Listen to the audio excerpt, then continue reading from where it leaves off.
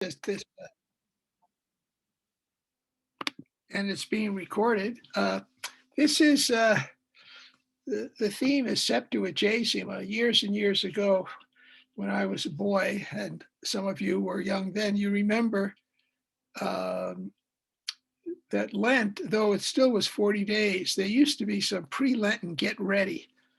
And it was Septuagesima, Sexagesima, and Quinquagesima, 70, 60, 50. They're actually Sundays.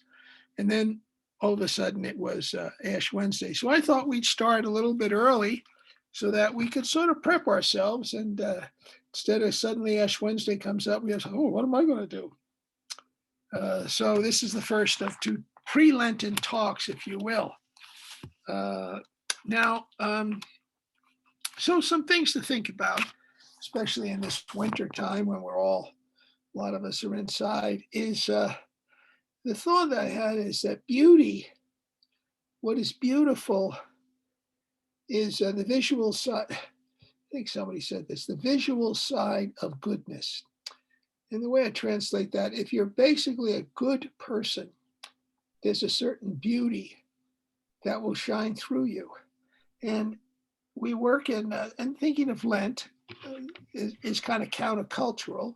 And the culture for many people is to get products or to exercise and so on so that you will look good.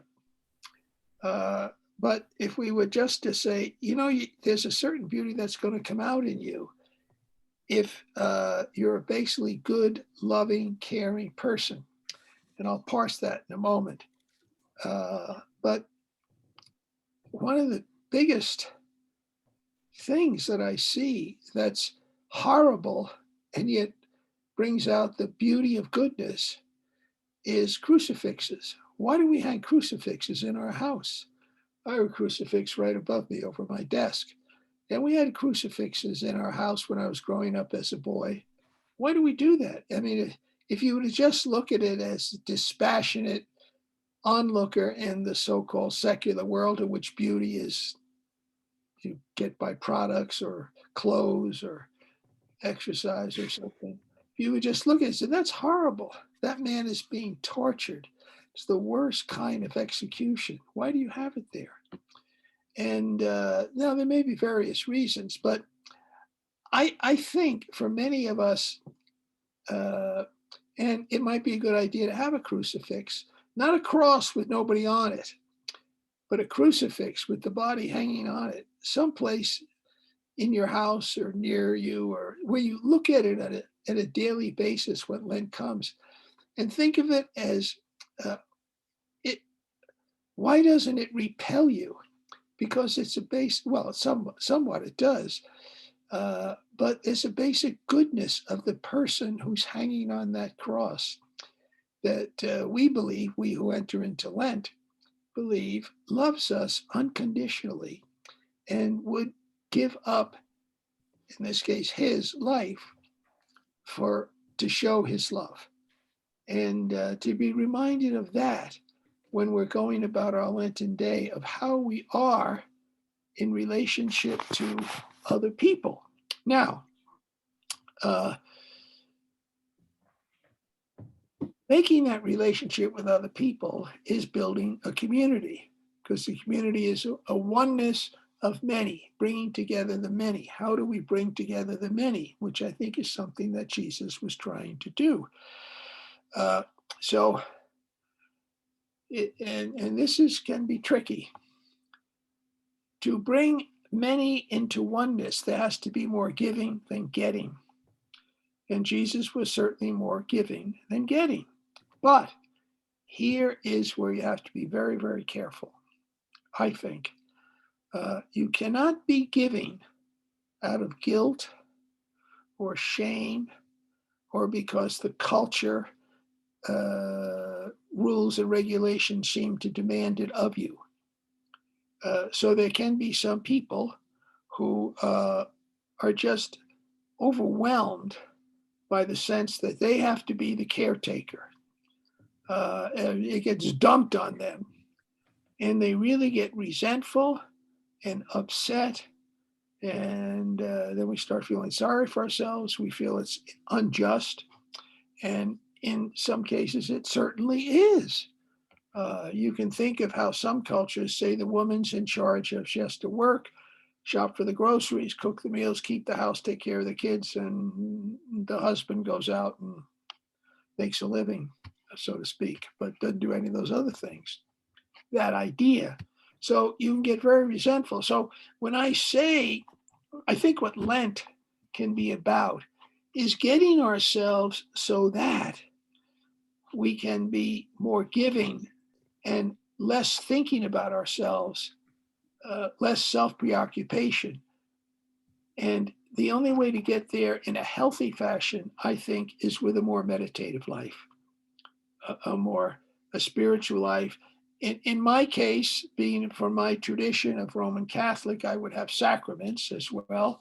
Now, of course, with COVID, that may not be too safe for many people, but a prayer life, and the kind of prayer life in which you don't say, God, please help me to be, not so upset that I have to do all this work. Help me to become more. No, God will take you there if you would just stop talking and asking for it and learn how to just be with. I had a conversation this morning. Someone was talking about in a gathering, extending the meditation time. And somebody says, no, some people can't stand to be silent for 2 minutes. Well, that's where they're starting. They can't do it. It's a learned thing. So my sense is that Lent, and can even start now, is to have the life where you let go for a little bit of time each day. We've suggested a half hour, 20 minutes, maybe a couple of times a day, something where you let go and just try to sit in the presence. Assume there's a presence that loves you. That's why you have the cross. Unconditional love. So God's loving you, but you're preoccupied with stuff, including your own self and miseries and tasks that you have. So what you're trying to do is to get into a more meditative life, to let that love in by making space. So don't pay attention to your thoughts so much. They take up a lot of space.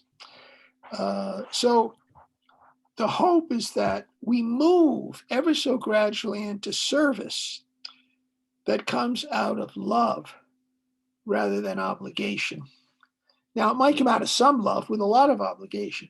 What we're trying to do is and in some ways, we'll learn to love ourselves better, and we might decide some things we're just not going to do because it's unhealthy for us. That can be a good process over the 40 days of Lent. But when I read about and think about the certain saints that talk about giving and not worry about getting, there's one or two or both things going on. One, they often don't have any children. They don't have any spouse. They don't have a house to take care of. And they don't have to get a job to pay bills. They're contemplative nuns.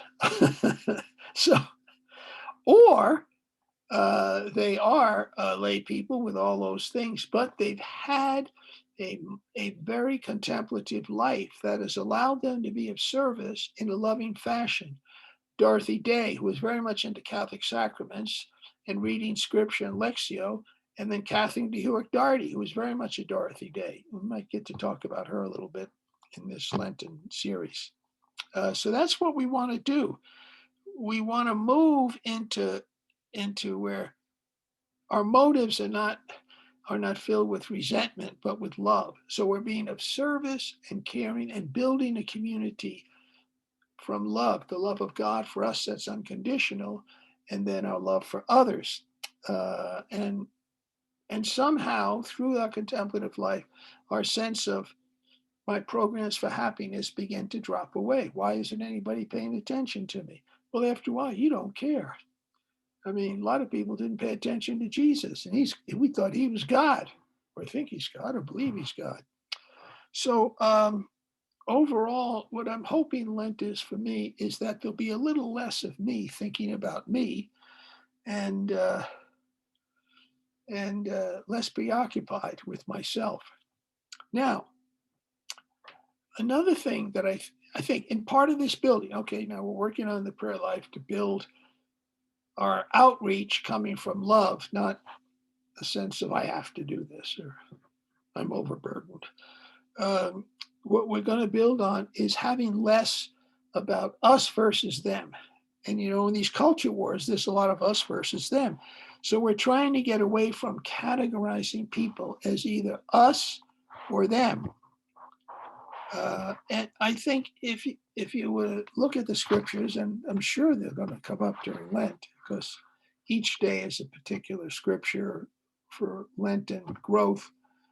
Jesus didn't treat people as them. They weren't lepers. It was a leper. They weren't paralytics. It was a paralytic. He treated each person as an individual, not as a group.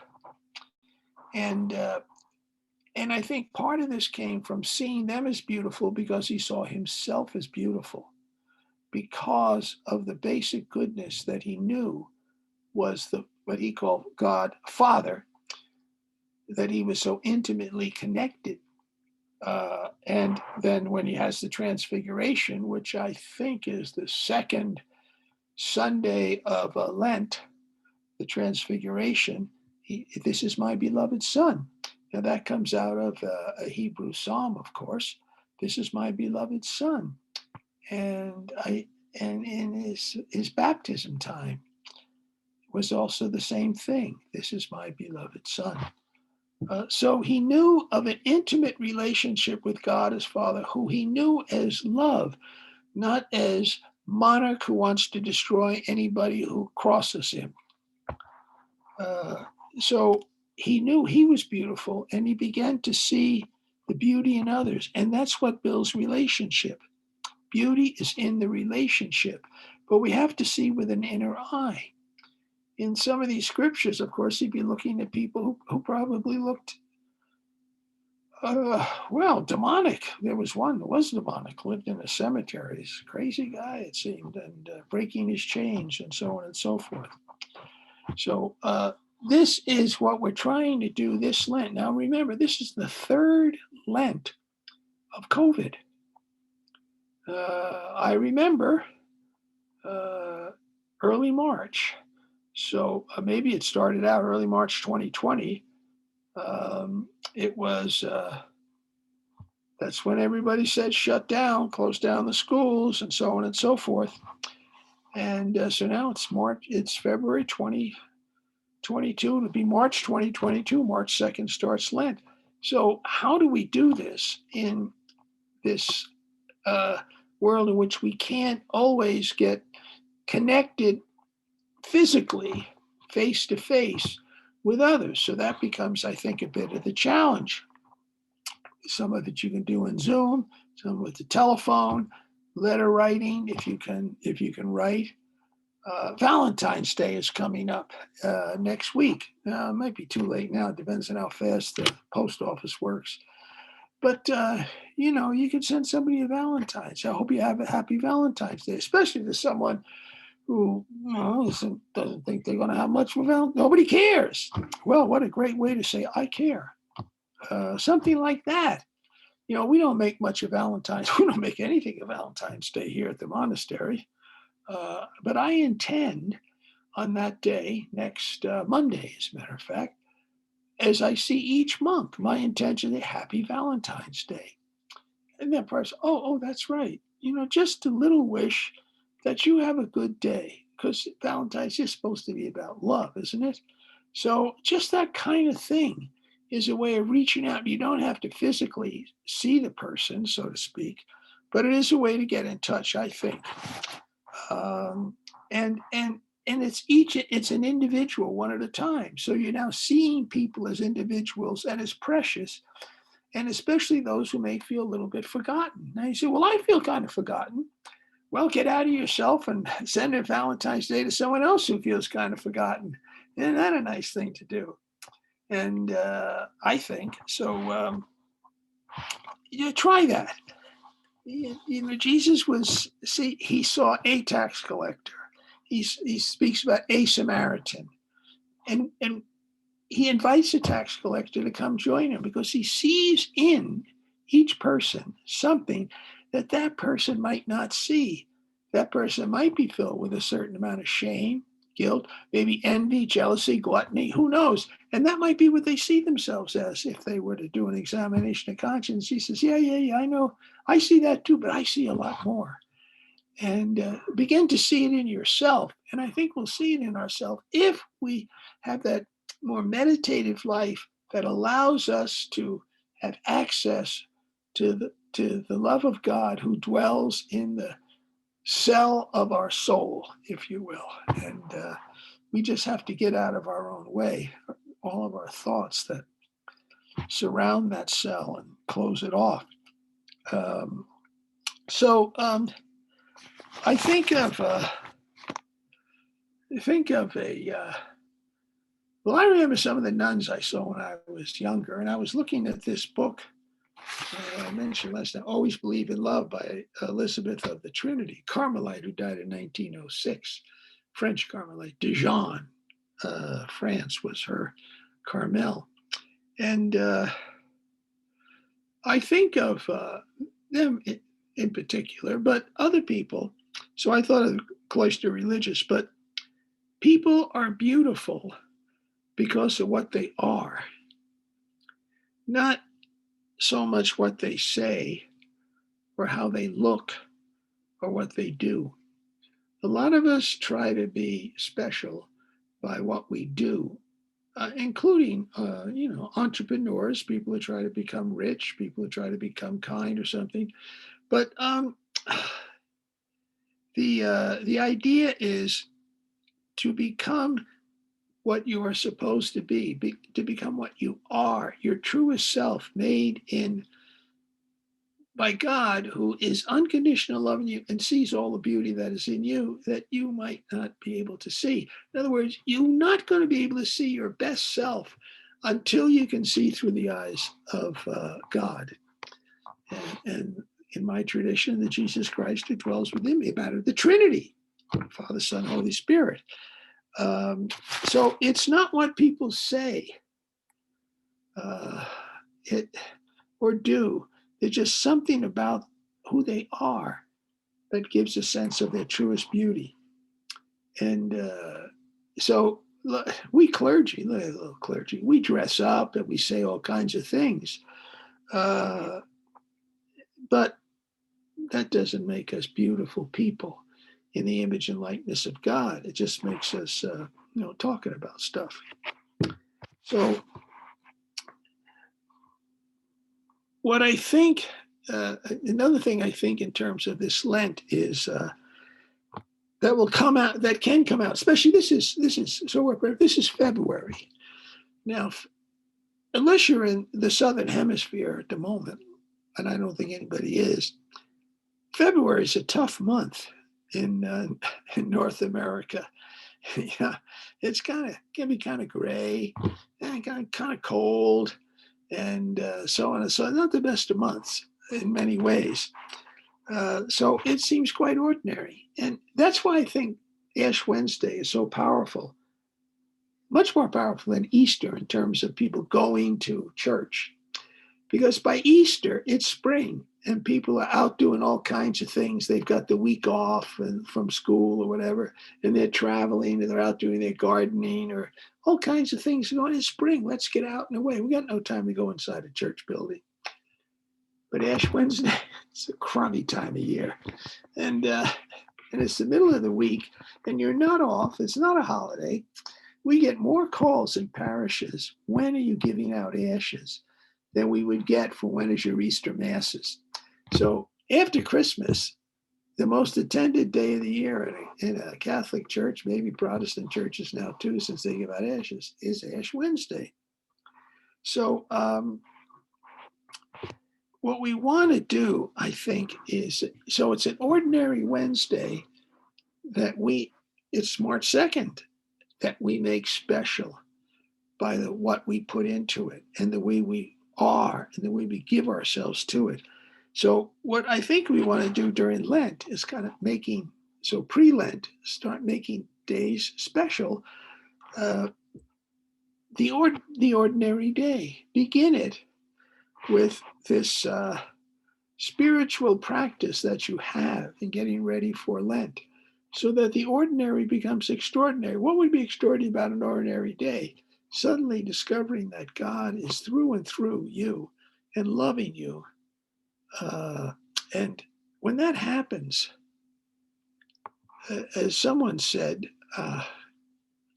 they begin a little bit more and a little bit more to focus on their being loved, and then loving, beginning to love back, if you will.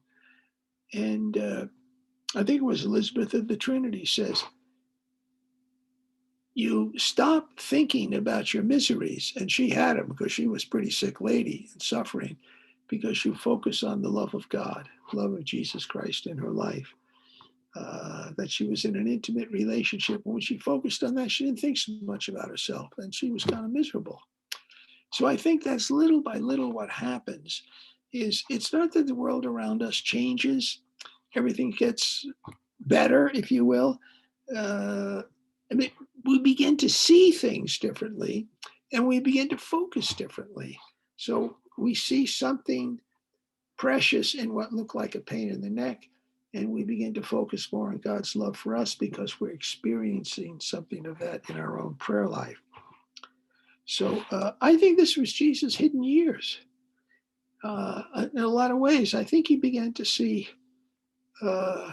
this powerful presence of love, because there's a lot in the Hebrew scriptures that says God's going to get you if you don't shape up. And he could have been focused on that. And as a matter of fact, a lot of the religious leaders, at least some of them, in his day and age, were exactly that way. They wanted nothing to do with sinners unless the sinner wanted to repent. And Jesus didn't wait around for repentance. He sought the lost. When he went out to get the lost sheep, there were 99 he left behind.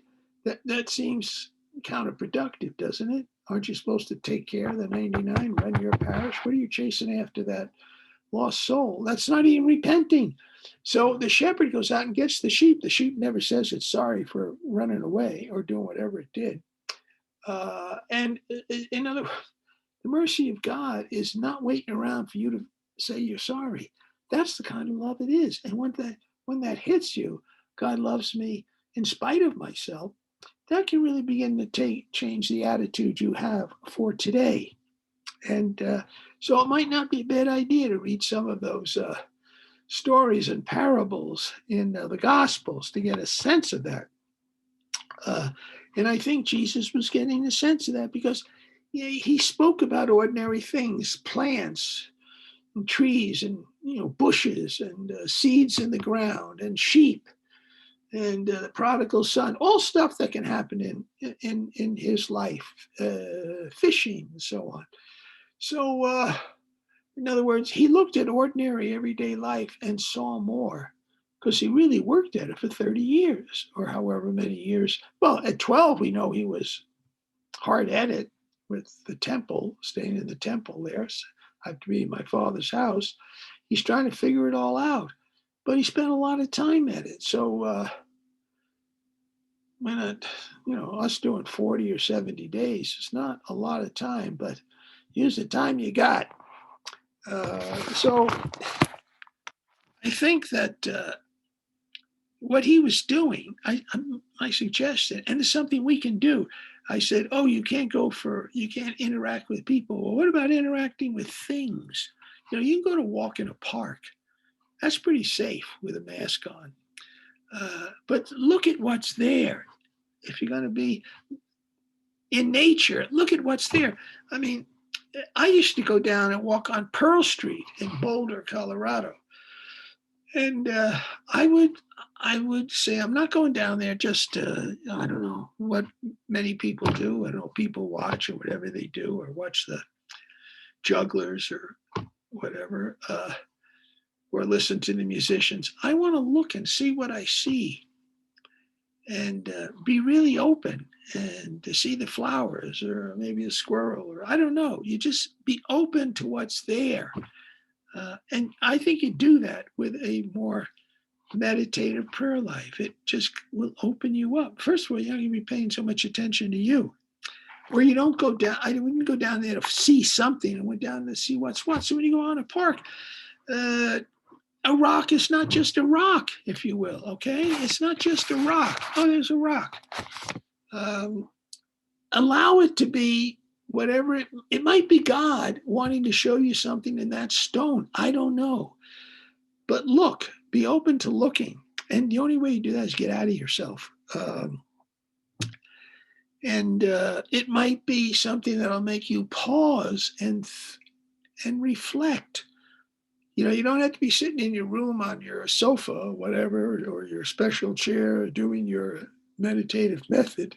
It can happen anywhere if you're looking.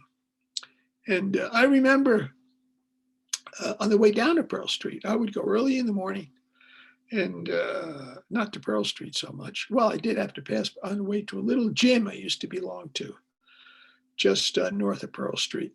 And well, I passed this guy. He looked like, okay, first time I see him, he looked like to me a street person, okay? And he was sitting there with his legs folded, kind of very meditative looking, and he was sitting where the sun always rises. I didn't catch this the first day. I didn't say anything to him. I just walked by. I ignored him, and he ignored me. Well, every day I went down there, and I went down to this club a couple of times a week. Guys be sitting there about the same time. And finally, as the days got longer in the winter, we moved into spring, the sun would be coming up, and I said, he was waiting for the sunrise. So I said hello to him. He said hello back to me. So every day we'd pass, we'd say hello to each other, have a good day, so on. And then the next thing I know, I'll see him in a coffee shop. Coffee shop I'm in too. So he wasn't, as I said, a street person, a beggar, like all the rest. But I didn't start out that way. It was God saying, hello, Terry, wake up.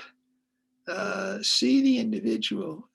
Be Christ for those around you. So that was just one example. I had to be hit over the head for it. For all I know, he's still there. I haven't been, back in a while. I don't go to that club anymore. It closed, I think, with COVID. So what we have to do is learn to look. And I think we look with the meditative eyes of Christ. Think of being in your hidden years. Learn to look. Learn to listen. You might even pick up the rock for that matter. You can always put it back. But what we're trying to do is take things in from the heart, from our center, where we say that in my tradition, Christ rests in the center of ourselves always. He does not go away. And he's that Christ on the cross who loves us no matter what the mess is. So I think as we're moving from late winter into spring, some things might be cropping up. And I will certainly be open to that around here. Right now, the snow is completely covering the ground. And so I try to be open to anything that might be around. And what I'm most experiencing now, as I mentioned in a recent talk, is silence. When I stop walking on the crunching snow and just stand there, if there's no planes overhead, and we get a bunch of planes because of Aspen Airport near us, there's no planes overhead and it's a blue sky, even if it isn't a blue sky, there's no animals, there's no little critters running around, chattering away, no squirrels or anything like that. It's quiet. And I'm not near any trees, and the silence, the profound silence and stillness. And I realize this is God. This is all around, is in that silence, all around me. And what am I doing? Fantasizing or something? Get real, Terry. Be here now, as Ram Dass says. Okay. So we are close to God, but we don't know how to look either inside or outside ourselves. God, so I'm in the meditative mode in your special spot where you do your methods or whatever. That's one way. But also, it's not, okay, I meditate now, get on with my life.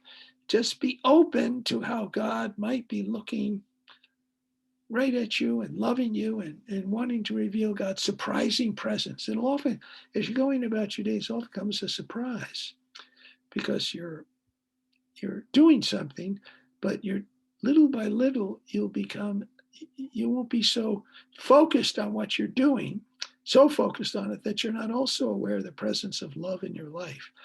If that happens to you in these next 70 days, you have come a long way. I mean, if I'm baking something and I'm not all thinking about doing it just right so everybody will like me, my ego will be massaged and so on and so forth, and I'll have a success.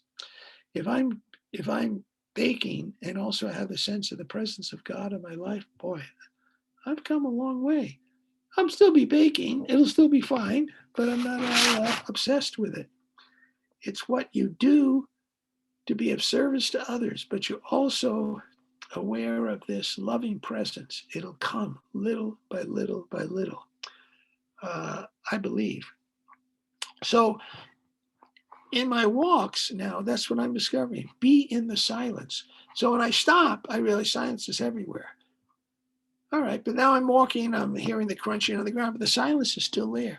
Be present to the now. And when I'm sitting in my meditation in the chapel or in my chair, to be in the silence and let God make God's presence known to you. So that's why we try to be still and quiet, and let the depth of that silence take over us, if you will. And some people have said, all right, I sat there, I was quiet. Yeah, it was silent. That's all I experienced was silence. You just experienced the presence of the divine, who gave you that presence in silence, interpreted as silence. So, some people, they want holy card visual images and stuff like that. Well, I don't think that's going to change all that much. And I think if we can do something during these days of Lent, is slow down. You only have so much time, and you don't know how much time that is, but you have what you have, and you can't make more of it because, as somebody said, when it's your time, it's your time. We do the best for our physical health and so on and so forth. But why be in such a hurry? Today is a gift. You didn't manufacture. Some people say, well, if I go jogging, I'll live longer. How do you know? People drop dead jogging. I'm not saying you shouldn't jog. I'm just saying don't do something to extend your time. Realize that you don't control it so much. Each day is a gift. This is the difference. I think in the secular world says, I control how I can lengthen my life by doing this, this, and this. And then you get into a control mechanism. And then every day is not a gift. You earned it by killing yourself yesterday on the trails or in the gym or whatever you did. You earned this day. Well, that's not going to make you a very loving person. It's going to make you very preoccupied with your physical health and with a lot of fear about death, I think. So don't be in such a hurry against time. Slow down. Take some time today to meditate. It'll make your time, the quality of your time, much better instead of the quantity of our time. So some things just take time and you can't force it. So why hurry? Think of a tree, right? A tree bears fruit when it's going to bear fruit. It'll bear fruit when it's going to bear fruit, and not sooner. It'll bear fruit in its time, and it takes time, and it takes time to ripen. Haven't you ever said, oh, I wish that apple tree would hurry up and blossom because I really want a fresh apple or a fresh tomato in your plant. It's going to do it when it's going to do it. And it needs to be given time. So what you want to do is you nurture nature, nurture yourself so that in your time, in other words, that in God's time in you, you will progress to this more loving person. So you're not comparing. All right, Sally and I both started out together meditating. Sally seems like she's really moving along, and I'm just schlepping. I just can't get anything going. It's not your time. It's going to happen when it's going to happen. Just keep at it. No comparing and contrasting. You don't want to get caught up in that. So, as I said, Jesus was a great observer of the world around him, and that's where his parables came from. So be observer of the world around you by slowing down a little. And don't worry too much in terms of this looking beautiful from within. I forget who said this to me. What if someone said you look like a fire hydrant? Would you be offended? I mean, when I heard that, I just fell over and said, you look like a fire hydrant. I mean, tell me that's a compliment? You look like a fire hydrant? But the person actually was trying to make a point. Because a fire hydrant is important. And it's valuable. Oh, I know who it was. Melanie Swoboda. Melanie Swoboda. S-V-O-B as in boy, O-D-A. Melanie Swoboda. That's who did. You look like a fire hydrant. And you immediately reject that notion or that person. When in fact, what they're saying is you're very important to some situations and people. So what's the value of a fire hydrant? Wouldn't you like one near your house? I bet you would for a forest fire or whatever, the thing that came on in Boulder. Well, I think they shut down the water. But you would like a fire hydrant nearby. When I go outside the monastery and take my little walks, I look around. Where are our fire hydrants? And you'd be surprised. They're staring you right in the face. And they're in strategic places all day long, faithfully present, looking like fire hydrants. So why don't you hug a fire hydrant? Think about that. And, fire hydrants also have to accept a certain amount of poop in their lives. Dogs use fire hydrants. So just because you're valuable and important doesn't mean that your every day is going to be just perfect. But things that happen that you think are not so good might really be quite good.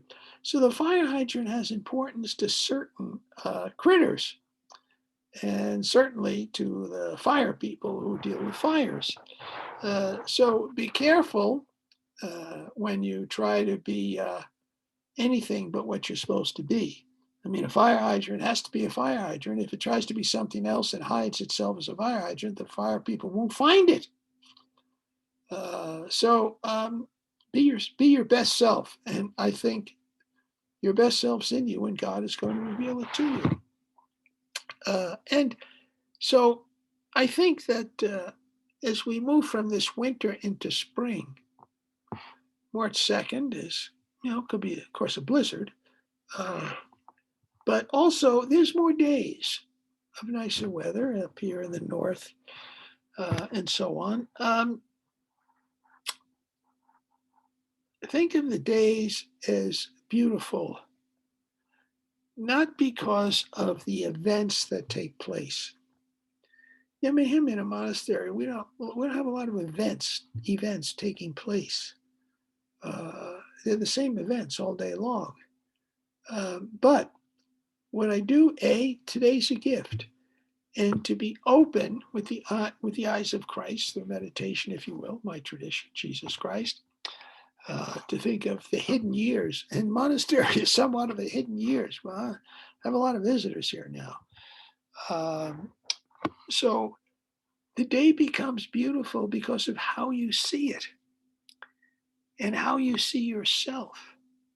The day is a gift to you, and you are a gift to the day, but it's on life's terms.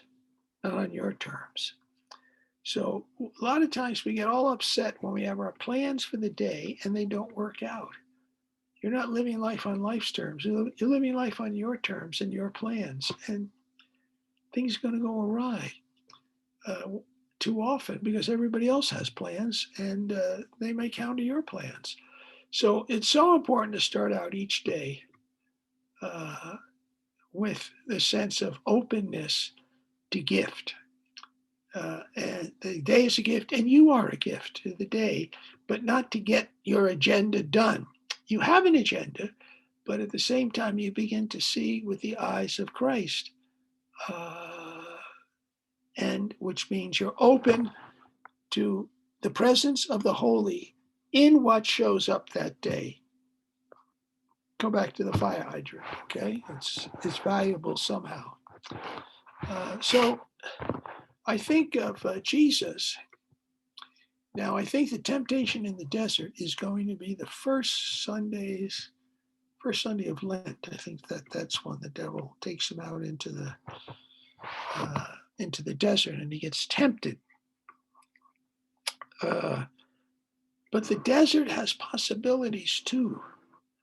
As I think I said a couple of days ago in a teaching, we're looking at the BBC showing hour-long events taking place in various parts of the world, and they show an overhead camera from an airplane, helicopter, looking down at the desert. It looks like there's nothing there, but when you get close, there's a lot of things going on, and there's a lot of life going on there that has adapted over time.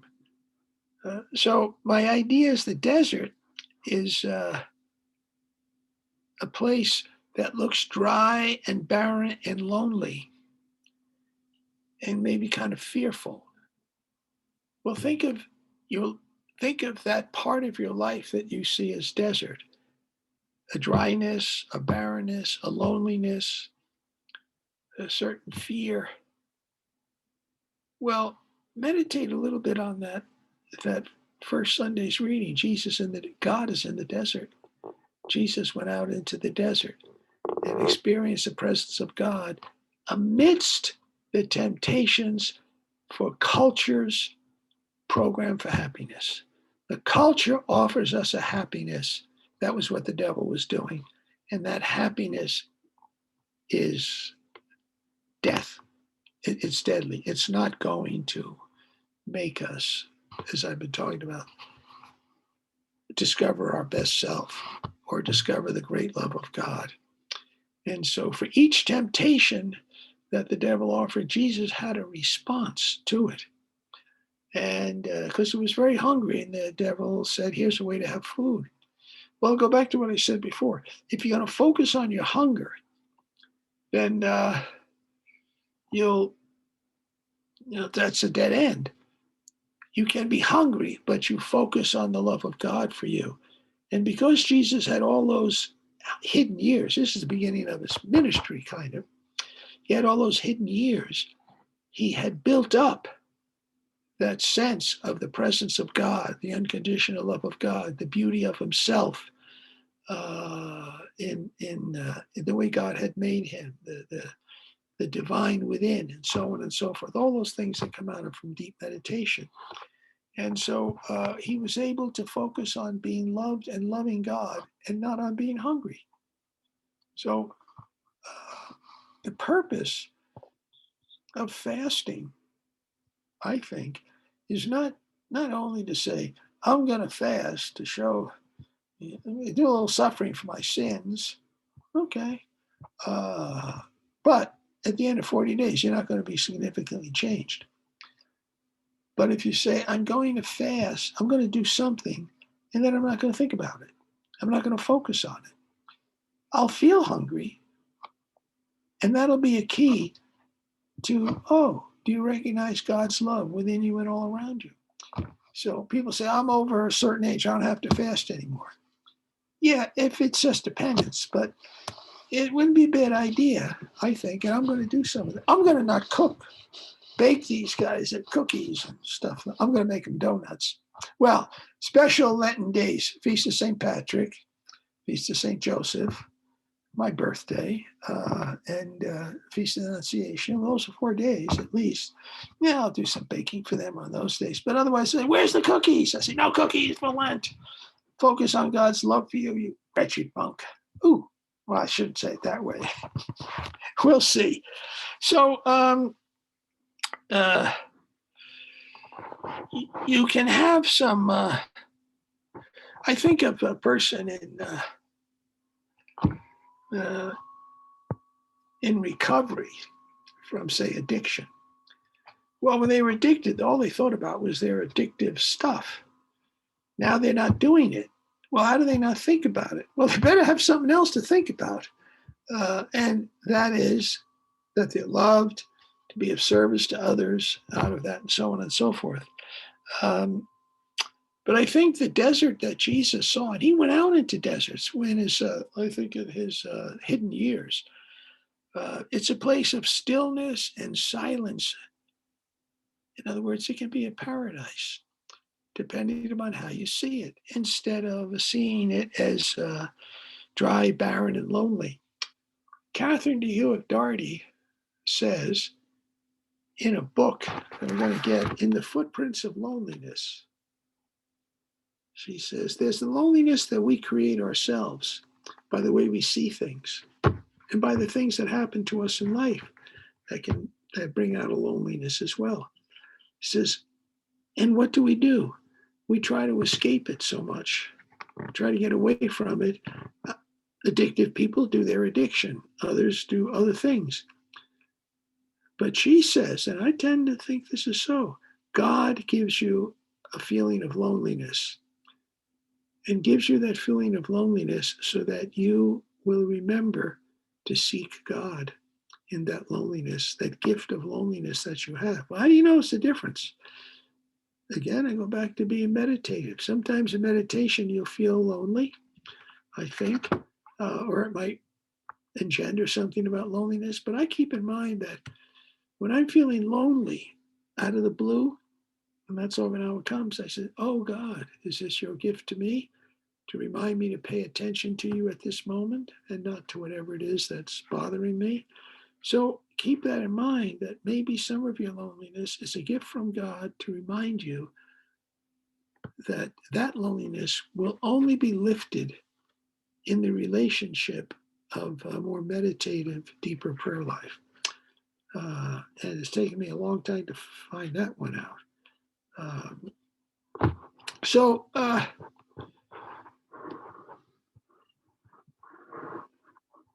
I'll end with this as we're getting close to 10 to 3. Another thing for Lent is how much stuff do you have, especially for us older people. So maybe Lent is a time to challenge our amount of stuff. And it says it in the Psalms, when you die, what you have will go to someone else. Even Jesus, they divided his clothing. So when you die, you don't take it with you. There's no baggage compartments on hearses, as I was told many years ago. So who you are is not the stuff that you have, but so your stuff won't last forever. And, some of it will just be thrown away, tossed. Something precious to you will actually be forgotten by someone, and so on and so forth. So, but who you are in this life, that's what's going to last forever. Who you are. Somehow that spirit of you at your best is going to permeate this world in ways that you'll never know after you die. So if you want things that I think are really permanent, try to become the best person you are. And even soon after you die, the way people talk about you, if they talk about you, they might say nice things about you for a couple of days after the funeral, then they might not talk about you at all. But if they do talk about you in loving terms several years later, it's going to be because of who you were. Rarely will they say stuff about your stuff. your things. And if they do, it'll always bring them back to what a loving person you were. So I leave you with that. Don't focus on getting stuff, but on being changed enough so you can be a giver of your truest self. That was St. Francis of Assisi, right? That's the way it was. So we'll stop with that today. And we're going to get together in 2 more Wednesdays, not next week, 2 Wednesdays from now. I think that's the 23rd. Let me look. Yeah. The 23rd of the month at 2 p.m. We'll get together again and we'll pick up on this. And by then, you're actually about a week, less than a week, about a week or so from actual Ash Wednesday. And if you're all concerned about not going to church and not getting ashes, okay, so you don't get your ashes, but if you do or you don't. But it's the way you live your Lent. A lot of people get ashes, they decide they're going to do something, and within 24 hours, they're just back to their old ways. So the more important thing is to be working on you. And if you work on you, you're going to be able to work for others in a very loving manner that's going to feel very fulfilling. So I invite you to keep that in mind. Thank you all for coming. We'll see you around. Thanks, everybody.